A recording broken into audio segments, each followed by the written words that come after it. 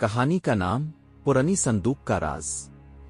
ایک زمانے کی بات ہے، ایک داور دراز سلطنت میں بادشاہ حمید نامی ایک حکمران حکومت کرتا تھا۔ وہ نہایت عقل مند، منصف مزاج اور تاریخ کا شوقین بادشاہ تھا۔ ایک دن محل کے پرانے تہہ خانے کی صفائی کے دوران خادموں کو ایک پرانی لکڑی کی صندوق ملی۔ وہ صندوق زن آلود لوہے کی زنجیر سے بند تھی اور اس پر عجیب و غریب نشانات کندہ تھے، جیسے کہ کوئی خفیہ پیغام۔ جب بادشاہ حمید کو اس صندوق کے بارے میں بتایا گیا تو وہ خود تہہ خانے میں گیا۔ اس نے غور سے ان نشانات کو دیکھا اور درباری عالموں کو بلایا۔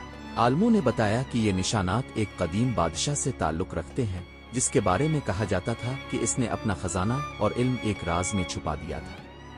بادشاہ نے حکم دیا کہ صندوق کو احتیاط سے کھولا جائے۔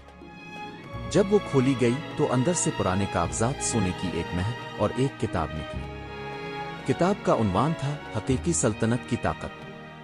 کتاب میں لکھا تھا، جو بادشاہ اپنی رعایا کی خدمت کرے وہی حقیقی بادشاہ ہوتا ہے۔ خزانہ صرف ایک ذریعہ ہے، اصل وراثت محبت اور انصاف ہے۔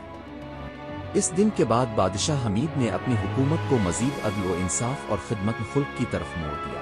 اس نے اس صندوق کو محل کے عجائب گھر میں رکھوایا تاکہ آنے والی نسلیں جان سکیں کہ پرانی چیزوں میں بھی نئے سبق چھپے ہوتے ہیں۔